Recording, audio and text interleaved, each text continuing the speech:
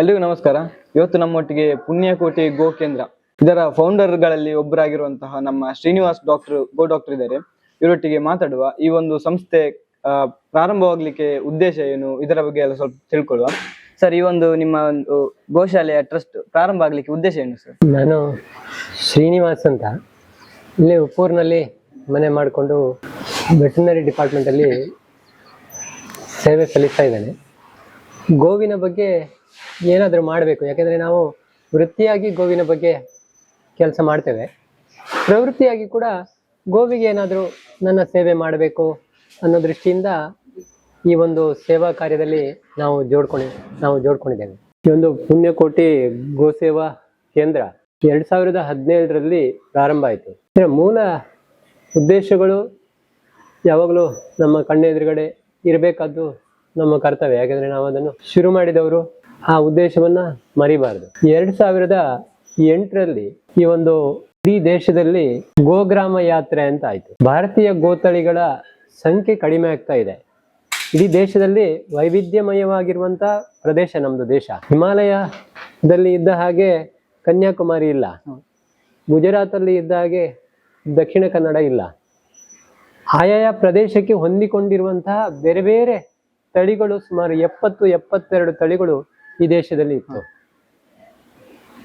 ಆದರೆ ಬರಬರ್ತಾ ಆ ತಳಿಗಳು ನಾಶ ಆಗ್ತಾ ಬಂತು. ಸ್ವಾತಂತ್ರ್ಯ ನಂತರದ ಸುಮಾರು 70 ವರ್ಷದಲ್ಲಿ ನಾವೊಂದು 32 ತಳಿಗಳನ್ನು ಕಳ್ಕೊಂಡಿದ್ದೇವೆ. ಅವುಗಳಿಗೆ ಎಲ್ಲದಕ್ಕೂ ಅದರದ್ದೇ ಆದ ವೈಶಿಷ್ಟ್ಯತೆಗಳಿತ್ತು. ಅದು ಯಾಕೆ ನಾಶ ಆಯ್ತು ಅಂದ್ರೆ, ಆ ಪ್ರದೇಶದಲ್ಲಿ ಆ ದನಗಳನ್ನ ಯಾರು ಸಾಕ್ತಾ ಇದ್ರ ಅವರಿಗೆ ಅದರ ಮಹತ್ವ ಗೊತ್ತಿರಲಿಲ್ಲ. ಅವರು ಹಿರಿಯರು ಮಾಡ್ತಾ ಇದ್ರು, ಅವರು ಅದನ್ನು ಮಾಡ್ತಾ ಇದ್ರು ಅಷ್ಟೇ. ಹಾಗಾಗಿ ಅದು ನಾಶ ಆಗ್ತಾ ಬಂತು. ಕ್ಷೀರಕ್ರಾಂತಿ ಹೆಸರಲ್ಲಿ ದನ ಅಂದ್ರೆ ಹಾಲು, ಹಾಲು ಅಂದ್ರೆ ದನ ಅನ್ನುವಂತ ಕಲ್ಪನೆಯಿಂದಾಗಿ ಎಲ್ಲ ಕಡೆ ಮಿಶ್ರ ತಳಿ ದನಗಳು ಬಂತು. ಸ್ಥಾನೀಯವಾದಂತಹ ತಳಿಗಳು ನಾಶ ಆಯಿತು. 2008ರ ಈ ಒಂದು ಗೋಗ್ರಾಮ ಯಾತ್ರೆಯಲ್ಲಿ ಮೂಲ ಉದ್ದೇಶ ಇದ್ದದ್ದು ಇದು. ಭಾರತೀಯ ತಳಿಗಳ ಮಹತ್ವವನ್ನು ಜನರಿಗೆ ತಿಳಿಸ್ಬೇಕು. ಅದನ್ನು ಅವರು ಉಳಿಸಿ ಬೆಳೆಸುವ ಬಗ್ಗೆ ಆಯಾ ಪ್ರದೇಶದ ಜನಗಳು ಚಿಂತನೆ ಮಾಡಿ ಒಂದು ಕಾರ್ಯಕ್ರಮವನ್ನು ಮಾಡಬೇಕು, ಒಂದು ಕಾರ್ಯವನ್ನ ಮಾಡಬೇಕು. ಈ ದೃಷ್ಟಿಯಿಂದ ಉಡುಪಿ ಜಿಲ್ಲೆಯಲ್ಲಿ ಏನಾದರೂ ನಾವು ಮಾಡಬೇಕು ಅಂತ ಹೇಳಿ ಸಮಾನ ಮನಸ್ಕರಾಗಿರುವಂತಹ ಒಂದು 8-10 ಜನ ಕೂತ್ಕೊಂಡು ನಾವು ಯೋಚನೆ ಮಾಡಿದ್ವು. ಜನರಿಗೆ ನಾವು ಸುಮ್ಮನೆ ಭಾಷಣ ಮಾಡ್ತಾ ಹೋದ್ರೆ ಅವರು ಹೇಳ್ತಾರೆ ಭಾಷಣ ಸುಲಭ, ದನ ಸಾಕೋದು ಕಷ್ಟ ಅನ್ನುವಂಥದ್ದು.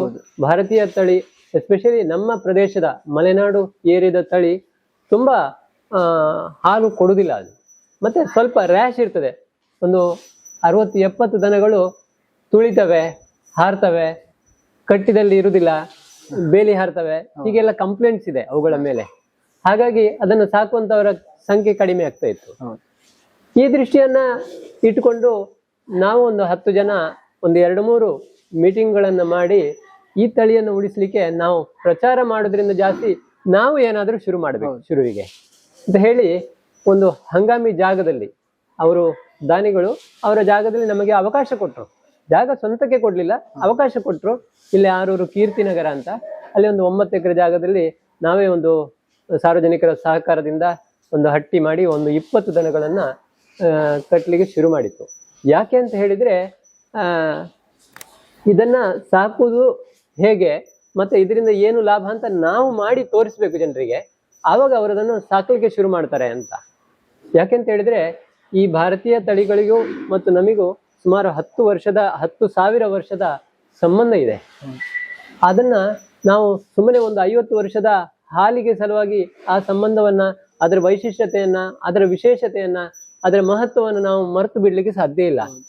ಈ ತಳಿಗೆ, ನಮ್ಮ ಊರಿನ ತಳಿಗೆ ಮಲೆನಾಡು ಗಿಡ್ಡ ತಳಿ ಅಂತ ಹೇಳ್ತೇವೆ. ಸುಮಾರು ಶಿವಮೊಗ್ಗದಿಂದ ಕಾಸರಗೋಡು ತನಕ, ಈಚೆ ಉತ್ತರ ಕನ್ನಡ ತನಕ ಈ ತಳಿ ಕಾಣಸಿಗ್ತದೆ. ಈಗ ಸಾಧಾರಣ 1 ಲಕ್ಷ ಇರಬಹುದು. ಆದರೆ ಇದು ಸ್ವಾತಂತ್ರ್ಯ ಸಿಕ್ಕಿದ ಸಮಯದಲ್ಲಿ ಒಂದು 6 ಲಕ್ಷ ಮೇಲ್ಪಟ್ಟು ಇತ್ತು. ಈಗ ಅಷ್ಟು ನಾಶಕ್ಕೆ ಬಂದಿದೆ. ನಾವು ಸ್ವಲ್ಪ ಜಾಗೃತರಾಗದಿದ್ದರೆ ತುಂಬಾ ವೇಗವಾಗಿ ಇದು ನಾಶ ಆಗ್ತಾ ಇದೆ.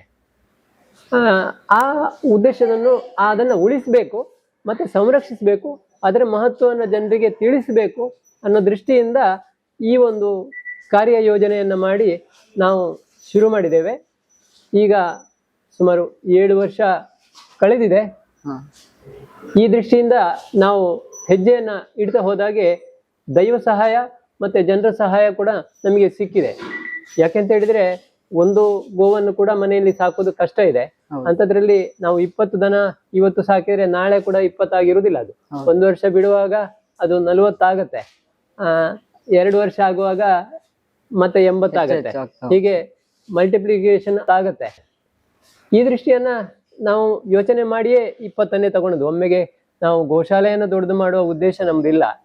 ಇಲ್ಲಿ ದನಗಳ ಬಗ್ಗೆ ಜನರಿಗೆ ಪ್ರೇರಣೆ ಕೊಡಬೇಕು. ದನಗಳು ನಮಗೆ ಹತ್ತಿರದಲ್ಲಿದ್ದರೆ ನಮ್ಮ ಆರೋಗ್ಯ ಉಳಿಸಿಕೊಳ್ಬಹುದು, ಒಂದು ಪಾಸಿಟಿವ್ ಎನರ್ಜಿ ನಮ್ಮ ಜೊತೆಯಲ್ಲಿ ಇರ್ತದೆ. ಹಾಗೆ ದನಗಳಿಂದ ಏನೆಲ್ಲ ನಾವು ಮಾಡಬಹುದು, ಅದರ ಗವ್ಯ ಪ್ರಾಡಕ್ಟ್ ಅಂದ್ರೆ ಅದರ ಸೆಗಣಿ, ಮೂತ್ರ, ಹಾಲು, ಬೆಣ್ಣೆ, ತುಪ್ಪ, ಹಾಗೆ ಮಜ್ಜಿಗೆ, ಇದರಿಂದ ಏನು ಮಾಡಬಹುದು, ಇದಕ್ಕೆ ಪಂಚಗವ್ಯ ಅಂತ ಹೇಳ್ತೇವೆ. ಇದರಿಂದ ಏನು ಮಾಡಬಹುದು, ಹೇಗೆ ಅದು ನಮ್ಮ ಆರೋಗ್ಯವನ್ನು ಉಳಿಸ್ತದೆ, ಹಾಗೆ ಅದನ್ನ ಮಾಡುವಂಥದ್ದು ಹೇಗೆ, ಇಂಥದಕ್ಕೆಲ್ಲ ತರಬೇತಿ ಕೊಡುವಂತ ವ್ಯವಸ್ಥೆಯನ್ನ ಮಾಡಬೇಕು ಅಂತ ಹೇಳಿ ನಾವು ಅದರ ಬಗ್ಗೆ ಗೊತ್ತಿರೋರನ್ನ ಸ್ವಲ್ಪ ಅಲ್ಲಿ ನಮ್ಮ ಗೋಶಾಲೆಯಲ್ಲಿ ಅವರನ್ನ ಒಂದು ಇರುವ ವ್ಯವಸ್ಥೆಯನ್ನ ಮಾಡಿ ಆ ಮೂಲಕ ಕೆಲವಾರು ಕಾರ್ಯಕ್ರಮಗಳನ್ನು ಮಾಡಲಿಕ್ಕೆ ಶುರು ಮಾಡಿದ್ವಿ. ಇಡೀ ದಕ್ಷಿಣ ಭಾರತದ ಒಂದು 500-600 ಜನರಿಗೆ ನಾವು ತರಬೇತಿಯನ್ನ ಅಲ್ಲಿ ಕೊಟ್ಟಿದ್ದೇವೆ. ಅವರು ಅದರಲ್ಲಿ ನನ್ನ ಅಂದಾಜು ಒಂದು 30-40 ಜನ ಈಗಾಗಲೇ ಅದನ್ನು ಮಾಡಿ ಅದರಲ್ಲೇ ಬದುಕ್ತಾ ಇದ್ದಾರೆ. ಈ ಗೋಶಾಲೆಯಲ್ಲಿ ಅದನ್ನ ತರಬೇತಿಯನ್ನು ಪಡ್ಕೊಂಡು ಹೋದವರು. ಉದಾಹರಣೆಗೆ ಹಿಂದೆ ನಮ್ದೊಂದು ಪದ್ಧತಿ ಇತ್ತು, ನಾಡಿ ಹಿಡಿದು ಒಬ್ಬನ ಕಾಯಿಲೆಯನ್ನ ಗುರುತಿಸಿ ವಾತ ಪಿತ್ತ ಕಫ ಇದರಲ್ಲಿ ಯಾವುದು ಅವನಿಗೆ ವೈಪರೀತ್ಯ ಇದೆ, ಅವನ ಪ್ರಕೃತಿ ಯಾವುದು, ಅವನ ವಿಕೃತಿ ಯಾವುದು, ಇದನ್ನ ತಿಳ್ಕೊಂಡು ಅವನಿಗೆ ಔಷಧಿಯನ್ನ ಪಂಚಗವ್ಯದ ಮೂಲಕ ಕೊಡುವಂಥದ್ದು. ಪಂಚಭೂತಗಳು ಮತ್ತೆ ಪಂಚಗವ್ಯ ಇದಕ್ಕೆ ಹತ್ತಿರದ ಸಂಬಂಧ ಇದೆ ಅಂತ ಆಯುರ್ವೇದ ಶಾಸ್ತ್ರ ಹೇಳುತ್ತೆ.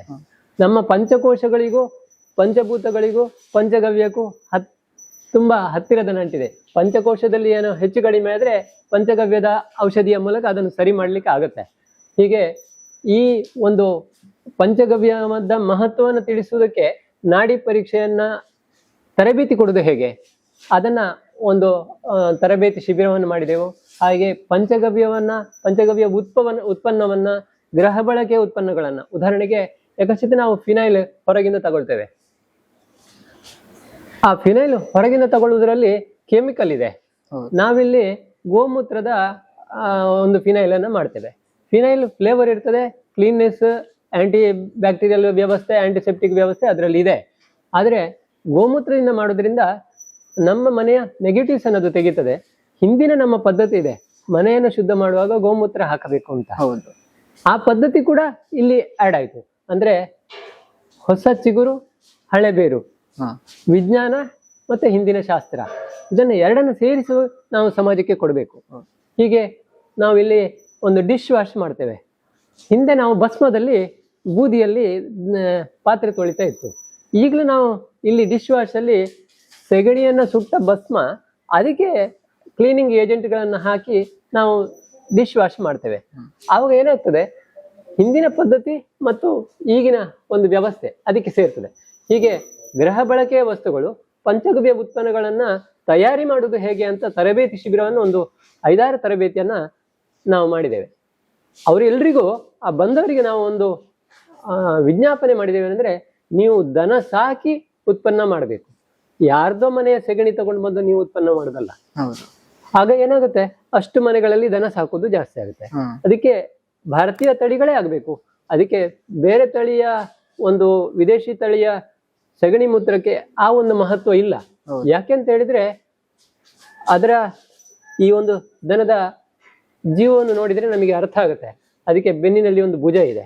ಆ ಭುಜ ಬೊವೈನ್ ಇಂಡಿಕಸ್ ಅನ್ನುವಂತ ಒಂದು ವೈಜ್ಞಾನಿಕ ತಳಿ, ಇದು ಭಾರತೀಯ ತಳಿಗಳು. ಇದಕ್ಕೆ ಮಾತ್ರ ಈ ಒಂದು ಭುಜ ಬರುತ್ತೆ. ಉದಾಹರಣೆಗೆ ಇದನ್ನ ಗಮನದಲ್ಲಿಟ್ಟುಕೊಂಡು ಬ್ರೆಜಿಲ್ನಲ್ಲಿ 1940ರಲ್ಲಿ 8 ದನಗಳನ್ನು ತಗೊಂಡೋದವರು ಈಗ 40% ಬ್ರೆಜಿಲ್ನಲ್ಲಿ 40% ಭಾರತೀಯ ತಳಿಗಳನ್ನ ಅವರು ಸಾಕ್ತಿದ್ದಾರೆ. ಯಾಕೆಂದ್ರೆ ಅವರಿಗೆ ಅದರ ಮಹತ್ವ ಅರ್ಥ ಆಗಿದೆ. ಅದರ ಬೆನ್ನಿನ ಭುಜದಲ್ಲಿ ಸೂರ್ಯಕೇತು ನಾಡಿ ಅಂತ ಇದೆ. ಆ ಸೂರ್ಯಕೇತು ನಾಡಿ ಸೂರ್ಯನ ಕಿರಣಗಳಿಂದ ಆ ಒಂದು ಸತ್ವವನ್ನ ಹೀರ್ಕೊಂಡು ಅದ ಔಷಧೀಯ ಗುಣವನ್ನ ಅದರ ಗೋಮೂತ್ರದ ಮೂಲಕ ಕೊಡುವಂತ ಒಂದು ಶಕ್ತಿ ಅದಕ್ಕೆ ಇದೆ. ನಾವು ಇನ್ನು ಹಿಂದಿನ ಶಾಸ್ತ್ರದ ವೈಜ್ಞಾನಿಕ ವ್ಯವಸ್ಥೆಯನ್ನ ಇನ್ನು 100% ಅರ್ಥ ಮಾಡ್ಕೊಳ್ಳಿಕ್ಕೆ ನಮಗೆ ಸಾಧ್ಯ ಆಗ್ಲಿಲ್ಲ. ನಾವೀಗ ಏನು ಸೋಲಾರ್ ಅಂತ ಹೇಳ್ತೇವೆ, ಆ ಸೋಲಾರ್ ವ್ಯವಸ್ಥೆ ಅದರ ಜೀವದಲ್ಲಿ ಇದಿರ್ಬೇಕು. ಯಾಕೆಂತ ಹೇಳಿದ್ರೆ ಇಲ್ಲದ್ರೆ ಆ ಶಕ್ತಿ ಅದಕ್ಕೆ ಎಲ್ಲಿಂದ ಬರ್ತದೆ? ಉದಾಹರಣೆಗೆ ಈ ತಳಿಯ ಹಾಲು ಮನುಷ್ಯನ ತಾಯಿಯ ಹಾಲಿಗೆ ಹತ್ತಿರ ಇದೆ. ಮಲೆನಾಡು ಗಿಡ್ಡದ ಮನುಷ್ಯನ ತಾಯಿಯ ಹಾಲಿನ ಹತ್ತಿರದಲ್ಲಿ ಇರುವಂತ ಒಂದು ಸುಲಭ ಜೀರ್ಣವಾಗುವಂತ ಒಂದು ಹಾಲು. ಇದು ತುಂಬಾ ಕಷ್ಟದಲ್ಲಿ ಜೀರ್ಣ ಆಗುವಂತದಲ್ಲ. ನಂತರ ಇದರ ಹಾಲಲ್ಲಿ ಒಂದು ಬಯೋಟಿನ್ ಅನ್ನುವಂತ ಒಂದು ಅಂಶ ಇದೆ. ಅದು ನಾವು ಹೀಟನ್ನ ತಡ್ಕೊಳ್ಳುವಂತ ಶಕ್ತಿಯನ್ನ ಕೊಡುವಂತ ಒಂದು ಅಂಶ ಅದು. ಅದೇ ನಾವು ಹೊರಗಿನ ತಳಿಯನ್ನ ನಾವು ತಗೊಂಡ್ರೆ ಅಲ್ಲಿ ಅದರ ಹಾಲಲ್ಲಿ ಜೆಸ್ಟಿನಿನ್ ಅನ್ನುವಂತ ಒಂದು ಅಂಶ ಇದೆ. ಆ ಜೆಸ್ಟಿನಿನ್ ಜೀವವನ್ನ ಹೀಟ್ ಮಾಡುತ್ತೆ. ಉದಾಹರಣೆಗೆ ಏನಾಗಿದೆ ಅಂತ ಹೇಳಿದ್ರೆ ಉದಾಹರಣೆಗೆ ಹಾಲೆಂಡಿನ ತಳಿ HF. ಆ HF ತಳಿ ಅಲ್ಲಿ 0 ಡಿಗ್ರಿ -5 ಡಿಗ್ರಿ ಇರುವಂತ ಜಾಗದಲ್ಲಿ ಇರುವ ತಳಿ ಅದು. ಅದನ್ನ ನಾವು ಇಲ್ಲಿ ಪ್ಯೂರಿಟಿ ಮಾಡ್ಲಿಕ್ಕೆ ಹೋದ್ರೆ ಅಕಸ್ಮಾತ್ ಮಿಶ್ರ ತಳಿಯಲ್ಲಿ ಬದುಕಬಹುದು. ಒಂದು 60% ಮಿಶ್ರ ತಳಿ ಪ್ಯೂರಿಟಿ ಮಾಡದ ಹೋದ ಕೂಡಲೇ ಅದು ಇಲ್ಲಿ ಬದುಕಲಿಕ್ಕೆ ಕಷ್ಟ ಆಗುತ್ತೆ ಅದಕ್ಕೆ. ಮತ್ತೆ ಅದರ ಹಾಲಿನಲ್ಲಿ ಕೂಡ ಆ ಜೆಸ್ಟಿನ ಅಂಶ ನಮ್ಮ ಇಲ್ಲಿಯ ವಾತಾವರಣಕ್ಕೆ, ನಮ್ಮ ಆರೋಗ್ಯಕ್ಕೆ ಅಗತ್ಯ ಇಲ್ಲ. ಹಾಗಾಗಿ ನಾವು ಭಾರತೀಯ ತಳಿಯ ಮಹತ್ವವನ್ನು ತಿಳಿಸುವಾಗ ಹಾಲನ್ನ ಸುರುವಿಗೆ ನಾವು ಹೇಳ್ಬೇಕಾಗತ್ತೆ, ಗೋಮೂತ್ರವನ್ನು ಹೇಳ್ಬೇಕಾಗತ್ತೆ, ಹಾಗೆ ಅದರ ಬೇರೆ ಉಳಿದ ಅಂಶಗಳನ್ನು ನಾವು ಗಮನಿಸಬೇಕಾಗತ್ತೆ. ಈಗ ಎಷ್ಟೋ ಜನಕ್ಕೆ ಇಲ್ಲಿ ದನ ಸಾಕ್ಬೇಕಂತ ಆಸೆ ಇರ್ತದೆ. ಬಟ್ ಆದ್ರೆ ಅವರ ಮನೆಯ ಪರಿಸ್ಥಿತಿ ಮತ್ತೆ ಅವರ ಇರುವ ಕೆಲಸ ಅಂದ್ರೆ ಟೈಮಿಂಗ್ ಸೆಟ್ ಆಗುದಿಲ್ಲ, ಅವರಿಗೆ ನೋಡ್ಕೊಳ್ಳಿಕ್ಕೆ ಆಗುದಿಲ್ಲ ಇರ್ತದೆ. ಅಂತವರಿಗೆ ಏನಾದ್ರು ಹೇಳಲಿಕ್ಕೆ ಇಷ್ಟಪಡ್ತೀರಾ ಸರ್? ಪೇಟೆಯಲ್ಲಿ ದನ ಸಾಕ್ಲಿಕ್ಕೆ ಕಷ್ಟ ಅಂತ ಹೇಳ್ತಾರೆ, ಅಥವಾ ಫ್ಲಾಟ್ ಅಲ್ಲಿ ಇರೋರಿಗೆ ದನ ಸಾಕ್ಲಿಕ್ಕೆ ಕಷ್ಟ. ಹಾಗೆ ಸ್ಮಾಲ್ ಫ್ಯಾಮಿಲೀಸ್ ಆಗಿದೆ, ಹಾಗಾಗಿ ದನ ಸಾಕ್ಲಿಕ್ಕೆ ಕಷ್ಟ ಅಂತ. ಅಂದ್ರೆ ನಮ್ಮ ಟಾರ್ಗೆಟ್ ಈಗ ಇರುವಂತದ್ದು ರೈತರು ದನವನ್ನು ಬಿಡಬಾರ್ದು. ರೈತರೇ ದನವನ್ನು ಬಿಟ್ರೆ ಆವಾಗ ಈ ದೇಶಕ್ಕೆ ನಾವು ಫ್ಯೂಚರ್ ಇಲ್ಲ ಅಂತ ಹೇಳ್ಬೇಕಾಗತ್ತೆ. ಖಾಲಿ ಕೆಮಿಕಲ್ ಅಲ್ಲೇ ಕೃಷಿಯನ್ನ ಬೆಳಿಲಿಕ್ಕೆ ಆಗುದಿಲ್ಲ. ಮತ್ತೆ ಆ ಕೃಷಿಯಲ್ಲಿ ಬಂದಿರೋ ಉತ್ಪನ್ನ ನಮ್ಮ ಆರೋಗ್ಯಕ್ಕೂ ಒಳ್ಳೇದಲ್ಲ. ಹಾಗೆ ಯಾರಿಗೆ ದನ ಸಾಕ್ಲಿಕ್ಕೆ ಆಗುದಿಲ್ಲ ಅಂತ ಹೇಳ್ತಾರೆ, ನಿಜವಾಗಿ ಸಾಕ್ಲಿಕ್ಕೆ ಆಗುದಿಲ್ಲ ಅಂದ್ರೆ ಗೋ ಸೇವೆಗೆ ಸಹಕಾರ ಮಾಡಿ ಅಂತ ನಾವು ಹೇಳ್ತೇವೆ. ಗೋವಿನ ಜೊತೆಗೆ ಒಂದ್ ಸ್ವಲ್ಪ ಸಂಪರ್ಕ ಇಟ್ಕೊಳ್ಳಿ.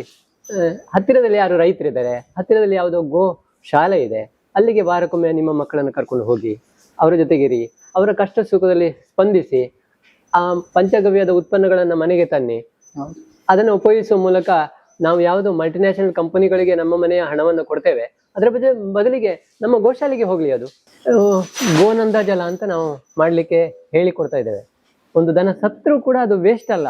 ಅದನ್ನ ಒಂದು ಡ್ರಮ್ಮಿಗೆ, ಏರ್ಟೈಟ್ ಡ್ರಮ್ಮಿಗೆ ಈಗ ಒಂದು 50 kg ಒಂದು ದನದ ಕರು ಒಂದು ಸತ್ತೋಯ್ತು ಅಂತ ಹೇಳಿದ್ರೆ, ಅದನ್ನು 50 kg ಒಂದು ದನಕ್ಕೆ ಅದರ 3 ಪಟ್ಟು ದೊಡ್ಡದಿರುವಂತ ಡ್ರಮ್ಮಿಗೆ ಹಾಕಿ, ಅದಕ್ಕೆ ಅಷ್ಟೇ ಕೆಜಿಯ ಸೆಗಣಿ, ಅಷ್ಟೇ kg ಗೋಮೂತ್ರ, ಹಾಗೆ ಮಜ್ಜಿಗೆ. ಈಗ 50 kg ಇದ್ರೆ 5 ಲೀಟರ್ ಮಜ್ಜಿಗೆ, ಹಾಗೆ ಅದು ವಾಸನೆ ಬರದಾಗೆ ಯೂನಿ ಎನ್ಸೈಮ್ ಅಂತ ಒಂದು ಮಾತ್ರೆ 10 kgಗೆ ಒಂದರ ಹಾಗೆ ಮಾತ್ರೆ ಹಾಕಿ ಅದನ್ನ ಏರ್ ಟೈಟ್ ಮಾಡಿ 3 ತಿಂಗಳು ಇಟ್ಟರೆ ಅದರ ಮೂಳೆ ಸಮೇತ ಕರಗಿ ಅದು ಒಂದು ಒಳ್ಳೆಯ ಫರ್ಟಿಲೈಸ್ಡ್ ಲಿಕ್ವಿಡ್ ಆಗ್ತದೆ. ಅದಕ್ಕೆ ನಾವು 1ಕ್ಕೆ 10 ಪಟ್ಟು ನೀರು ಸೇರಿಸಿ ನಾವು ಸ್ಪ್ರಿಂಕ್ಲರ್ ಮೂಲಕ ಕೊಟ್ಟರು ಸಾಕಾಗತ್ತೆ. ಕೃಷಿ ತುಂಬಾ ಚಂದ ಆಗುತ್ತೆ. ನಾವು ಬುಡಕ್ಕೆ ಹಾಕಬೇಕು ಅಂತಿಲ್ಲ, ಬುಡಕ್ಕೆ ಹಾಕೋದು ಕಷ್ಟ. ನೀವು ಅದೇ ಭತ್ತಕ್ಕೆ ಅದು ನೀರು ಬಿಡುವಾಗ ಆ ನೀರಿಗೆ ಹಾಕಿ ಬಿಟ್ರೆ ಅದು ಪೂರ್ತಿ ಹೋಗಿ ಬಿಡ್ತದೆ. ಹಾಗೆ ಇನ್ನಷ್ಟು ಕಾರ್ಯಕ್ರಮಗಳು ಮಾಡಬೇಕು ಅಂತ ಇದೆ. ಈಗ ನಾನು ಮುಂದಿನ ನಮ್ಮ ಡೆವಲಪ್ಮೆಂಟ್ಸ್ ಬಗ್ಗೆ ಹೇಳೋದಿದ್ರೆ, ನಮ್ದು ಕಾರ್ಯಶೈಲಿಯನ್ನ, ನಮ್ದು ಈ ಒಂದು ಉದ್ದೇಶವನ್ನ ಅರಿತುಕೊಂಡು ಬಾಳೆಕುದ್ರು ಸ್ವಾಮಿಗಳು ಹಾಗೂ ಅವರ ಭಕ್ತರು ಯೋಚನೆ ಮಾಡಿ ನಮಗೆ ಒಂದು ಶ್ರೀಮತಿ ವಾಸಂತಿ ಮನೋಹರ್ ರಾವ್ ಅವರು ನಮಗೆ ಒಂದು 4 ಎಕರೆ ಉಚಿತವಾಗಿ, ತುಂಬಾ ಅಮೂಲ್ಯವಾಗಿರೋ ಜಾಗ ಈ ಜಾಗ ನಿಮಗೆ ಮಣಿಪಾಲಕ್ಕೆ 5 ಕಿಲೋಮೀಟರ್ ದೂರದಲ್ಲಿದೆ. ಹಾ. ಉಡುಪಿಗೆ ಒಂದು 7 ಕಿಲೋಮೀಟರ್ 8 ಕಿಲೋಮೀಟರ್ ದೂರದಲ್ಲಿದೆ. ಬ್ರಹ್ಮಾವರ 6 ಕಿಲೋಮೀಟರ್ ದೂರದಲ್ಲಿದೆ. ಈಚೆಯಿಂದ ಹೆಬ್ರಿಯಿಂದ ಲಿಂಕ್ ರಸ್ತೆ 3 ಕಿಲೋಮೀಟರ್ 4 ಕಿಲೋಮೀಟರ್ ದೂರದಲ್ಲಿ ಆರೂರಿಂದ ಬಂದ್ರೆ ಹೆಬ್ರಿಯಿಂದ ಬರಲಿಕ್ಕೆ ಹತ್ರ ಇದೆ. ಇಡೀ ಜಿಲ್ಲೆಯ ಒಂದು ಕೇಂದ್ರ ಸ್ಥಾನದಲ್ಲಿ ಈ ಒಂದು ಜಾಗ, ತುಂಬಾ ಅಮೂಲ್ಯವಾಗಿರುವ ಜಾಗವನ್ನ ಅವರು ನಮಗೆ ಈ ದನಗಳನ್ನ ಸಾಕಲಿಕ್ಕೆ ಅಂತ ಹೇಳಿ ಕೊಟ್ರು. ಆ ಕೊಟ್ಟಂತ ಜಾಗದಲ್ಲಿ ಈಗ 2 ವರ್ಷ ಹಿಂದೆ ನಾವೊಂದು ತಾತ್ಕಾಲಿಕ ಕಟ್ಟಡವನ್ನು ಮಾಡಿಕೊಂಡು ಇಲ್ಲಿ ಗೋಶಾಲೆಯನ್ನ ಪ್ರಾರಂಭ ಮಾಡಿದ್ದೇವೆ. ಯಾಕೆಂದ್ರೆ ನಾವು ಅವ್ರು ಕೊಟ್ಟು ತುಂಬಾ ಸಮಯ ಉಳಿಸಿಕೊಂಡ್ರೆ ಅವರಿಗೆ ಕೊಟ್ಟದ್ದು ಸಾರ್ಥಕ ಆಗತ್ತಾ ಇಲ್ವಾ ಅಂತ ಸಂಶಯ ಬರಬಾರ್ದು. ಅದಕ್ಕೆ ಆದಷ್ಟು ಬೇಗ ಇಲ್ಲಿ ನಾವು ದನಗಳನ್ನ ಶಿಫ್ಟ್ ಮಾಡಿದ್ದೇವೆ. ಇಲ್ಲಿ ತಾತ್ಕಾಲಿಕವಾಗಿ ಒಂದು ಶೆಡ್ ಮಾಡಿದ್ದೇವೆ. ಹಾಗೆ ಪ್ರಾಡಕ್ಟ್ಗಳನ್ನ ಮಾಡಲಿಕ್ಕೆ ಒಂದು ಚಿಕ್ಕ ರೂಮ್ ಮಾಡಿಕೊಂಡು ಪ್ರಾಡಕ್ಟ್ ಮಾಡ್ತಾ ಇದ್ದೇವೆ. ಆದರೆ ಇಲ್ಲಿ ಈಗ ನಮಗೆ ತರಬೇತಿ ಮಾಡಲಿಕ್ಕೆ ಒಂದು ಹಾಲ್, ಹಾಗೆ ಯಾರಾದರೂ ಪ್ರಾಯದವರು ಅಥವಾ ಗೋಪ್ರೇಮಿಗಳು 2 ದಿನ ಇದ್ದುಕೊಂಡು ಇಲ್ಲಿ ಗೋಸೇವೆ ಮಾಡಬೇಕು ಅಂತ ಹೇಳಲಿಕ್ಕೆ ಇಲ್ಲಿ ಅವರಿಗೆ ಇರ್ಲಿಕ್ಕೆ ಒಂದು ವ್ಯವಸ್ಥೆ ಅಂಥದ್ದು ಸ್ವಲ್ಪ ಕಡಿಮೆ ಇದೆ. ಹಾಗೆ ಅಂತ ಸುಮಾರು ವ್ಯವಸ್ಥೆಗಳು ನಾವು ಮಾಡಬೇಕು. ಆ ಮೂಲಕ ಗೋಸೇವೆ ಮಾಡುವವರಿಗೆ ಇನ್ನು ಹೆಚ್ಚು ಪ್ರೇರಣೆ ಕೊಡಬೇಕು ಅನ್ನೋ ದೃಷ್ಟಿಯಿಂದ ನಮ್ದು ಒಂದಷ್ಟು ಯೋಜನೆಗಳಿದೆ. ಆ ಯೋಜನೆಗಳನ್ನು ನಾವು ಗೋಪ್ರೇಮಿಗಳ ಹತ್ರ, ಗೋ ಭಕ್ತರ ಹತ್ರ ಹೇಳ್ಕೊಂಡು ಆ ಯೋಜನೆಯನ್ನು ಸಾಕಾರ ಮಾಡಬೇಕು. ಇದು ಒಂದು ನಮ್ಮ ಯುವ ಜನತೆ ಗೋವಿನ ಹಿಂದೆ ಬರಬೇಕು, ಗೋವಿಗೆ ಆಕರ್ಷಣೆ ಪಡಬೇಕು ಅನ್ನುವಂಥ ಒಂದು ಅಪೇಕ್ಷೆ ನಮ್ದಿದೆ. ಹಾಗಾಗಿ ಆ ಒಂದು ಅಪೇಕ್ಷೆಯನ್ನು ಸಾಕಾರಗೊಳಿಸಲಿಕ್ಕೆ ಸಮಾಜ ನಮ್ಮ ಜೊತೆಗೆ ನಿಲ್ತದೆ ಅಂತ ನಮಗೆ ಧೈರ್ಯ ಇದೆ. ಇಷ್ಟು ದೊಡ್ಡ ಜಾಗವನ್ನೇ ಯಾರೋ ಕೊಟ್ಟಿದ್ದಾರೆ ಅಂತ ಹೇಳಿದ್ರೆ ಇನ್ನು ಸಮಾಜ ನಮ್ಮ ಜೊತೆಗೆ ಉಳಿದ ಕೆಲಸಕ್ಕೆ ಸಹಕಾರ ಕೊಡ್ತದೆ ಅಂತ ಧೈರ್ಯ ಇದೆ. ಅದನ್ನು ನಾವು ಮುಂದುವರಿಸ್ತೇವೆ ಅಂತ ನಾನು ಈ ಸಂದರ್ಭದಲ್ಲಿ ಹೇಳಲಿಕ್ಕೆ ಇಷ್ಟಪಡ್ತೀನಿ. ಸರ್, ಈಗ ಹಸುವನ್ನು ಸಾಕುವುದ್ರಿಂದ ಏನೆಲ್ಲ ಲಾಭ ಇದೆ, ಅದರಿಂದ ಏನು ಇರುವಂತ ಪಾಸಿಟಿವ್ ಎನರ್ಜಿ, ಮತ್ತೆ ನಮ್ಮ ಮನೆಗೆ ಏನೆಲ್ಲ ಯೂಸ್ ಆಗ್ತದೆ ಅದನ್ನ ಸ್ವಲ್ಪ ಹೇಳಿ ಸರ್. ನೋಡಿ, ಹಸು ಒಂದು ಮನೆಯಲ್ಲಿದ್ದರೆ ಅದು ಧಾರ್ಮಿಕವಾಗಿ ಆಧ್ಯಾತ್ಮಿಕವಾಗಿ ನಮಗೆ ಒಂದು ಶಕ್ತಿ. ಹಾಗಾಗಿ ನಾವು ಅದನ್ನೊಂದು ಚಲಿಸುವ ದೇವಾಲಯ ಅಂತ ಹೇಳ್ತೇವೆ. ಮತ್ತೆ ಮನೆಯಲ್ಲಿ ದೇವರ ಮನೆ ಇರಬೇಕು ಅಂತ ಇಲ್ಲ. ಆ ಗೋವಿಗೆ ಈಗ ಗುಜರಾತ್ ಕಡೆ ಬೆಳಿಗ್ಗೆ ಸುರುವಿನ ಚಪಾತಿ ಗೋವಿಗೆ ಕೊಡ್ತಾರೆ. ನಾವು ತಿಳಿಬೇಕು, ನಾನು ಗುಜರಾತನ್ನು ಹೊಗಳೋದಲ್ಲ, ದೇಶದಲ್ಲಿ ಅತ್ಯಂತ ಶ್ರೀಮಂತರಲ್ಲಿ 100ರಲ್ಲಿ 40 ಜನ ಗುಜರಾತ್ನವರು. ಯಾಕೆ ಅಂತ ಹೇಳಿದ್ರೆ ಅವರು ಗೋವಿನ ಹಿಂದೆ ಇದ್ದಾರೆ. ಅಲ್ಲಿ ಫ್ಲಾಟ್ಗಳಲ್ಲಿ ಒಬ್ಬ ವ್ಯಕ್ತಿಯನ್ನ ನಿಯುಕ್ತಿ ಮಾಡ್ತಾರೆ ಅವರು ಸುರುವಿನ ಚಪಾತಿಯನ್ನ ಸಂಗ್ರಹ ಮಾಡ್ಲಿಕ್ಕೆ. ಅವನು ಆ ಫ್ಲಾಟ್ ಅಲ್ಲಿ ಗುರುವಿನ ಇದು ಚಪಾತಿಯನ್ನು ಸಂಗ್ರಹ ಮಾಡಿ ಗೋಶಾಲೆಗೆ ತಲುಪಿಸ್ಬೇಕು. ಹೀಗೆ ಗೋವು ಇದ್ರೆ ಒಂದು ಆಧ್ಯಾತ್ಮ ಶಕ್ತಿ ನಮ್ಮಲ್ಲಿ ಇರ್ತದೆ. ನಾನು ಹೇಳಿದೆ ಪ್ರಾಡಕ್ಟ್ಗಳನ್ನ ನಾವು ಮನೆಯಲ್ಲಿ ಕೂಡ ಮಾಡ್ಕೊಳ್ಬಹುದು ಅಂತ. ಅದಲ್ಲದೆ ಒಂದು 10 ಸೆನ್ಸ್ 15 ಸೆನ್ಸ್ ಜಾಗ ಇದ್ರೆ, ಒಂದು 2 ದನ ಇದ್ರೆ ನಾವೊಂದು ಗೋಬರ್ ಗ್ಯಾಸ್ ಮಾಡ್ಕೊಳ್ಬಹುದು. ನಮಗೀಗ 1-1.5 ತಿಂಗಳಿಗೆ ಒಂದು ಗ್ಯಾಸ್ ಬೇಕಾಗುತ್ತೆ. 4 ಜನ ಇರುವಲ್ಲಿಗೆ ಒಂದು ಗ್ಯಾಸ್ ಸಿಲಿಂಡರ್ ಬೇಕಾಗುತ್ತೆ. ಸುಮಾರು 800 ರೂಪಾಯಿ ಖರ್ಚಾಗುತ್ತೆ. ಒಂದು ಗೋಬರ್ ಗ್ಯಾಸ್ ಮಾಡ್ಕೊಂಡ್ರೆ ನಮಗೆ ಆರಾಮದಲ್ಲಿ ಒಂದು ಫ್ಯಾಮಿಲಿಗೆ ಬೇಕಾದ ಅಡಿಗೆಯನ್ನು ಮಾಡಲಿಕ್ಕೆ ಸಾಧ್ಯ ಆಗುತ್ತೆ. ಈಗ ಸರ್ಕಾರಿ ವ್ಯವಸ್ಥೆಯಲ್ಲಿ ಮತ್ತೆ ಬೇರೆ ಸ್ವಯಂ ಸೇವಾ ಸಂಸ್ಥೆಗಳು ಇದನ್ನ ತುಂಬಾ ಸಹಾಯಧನವನ್ನು ಕೊಟ್ಟು ಗೋಬರ್ ಗ್ಯಾಸ್ ಅನ್ನ ಮಾಡಿಕೊಡುವಂಥದ್ದು ಕೂಡ ಬಂದಿದೆ. ಇನ್ಫೋಸಿಸ್ ಫೌಂಡೇಶನ್ ಇಂದ ಮಾಡಿಕೊಡ್ತಾರೆ. ಮನೆಗಳಲ್ಲಿ ಗೋಬರ್ ಗ್ಯಾಸ್ ಅನ್ನ ಸುಲಭ ರೀತಿಯಲ್ಲಿ ಮಾಡಿಕೊಡ್ತಾರೆ. ಇಂಥದ್ದನ್ನೆಲ್ಲ ಮಾಡಿಕೊಳ್ಳುವುದರಿಂದ ನಾವು ಆ ಗ್ಯಾಸಿನ ಖರ್ಚನ್ನ ಉಳಿಸಿಕೊಳ್ಬಹುದು. ಆವಾಗ ಈ ಗೋವಿನ ಖರ್ಚು ಏನಿದೆ ಅದು ಗ್ಯಾಸಿನ ಖರ್ಚಲ್ಲಿ ಸಾಧಾರಣ ಅರ್ಧ ಪಾಲು ಅದರಲ್ಲಿ. ಹಾಗೆ ನಾವಿಲ್ಲಿ ಯಾರಿಗೂ ನೋವಾಗದಾಗೆ ಅವರ ಕೆಪಾಸಿಟಿ ಇದೆ ಅಷ್ಟನ್ನ ಅವ್ರ ಹತ್ರ ಸಂಗ್ರಹಿಸ್ತಾ ಈ ಗೋವು ಅನ್ನುವಂಥ ವಿಚಾರವನ್ನ, ಮಕರಂದವನ್ನು ಇಲ್ಲಿ ಸಂಗ್ರಹಿಸ್ತಾ ಇದ್ದೇವೆ. ಎಲ್ಲರದ್ದು ಸಹಕಾರಗಳು ಇರಲಿ ಅಂತ ಈ ಸಂದರ್ಭದಲ್ಲಿ ನಿಮ್ಮ ಈ ಯೂತ್ ಡೈರಿ ಮೂಲಕ ಪ್ರಾರ್ಥಿಸ್ತಾ ನನ್ನ ಮಾತನ್ನು ಮುಗಿಸ್ತೇನೆ.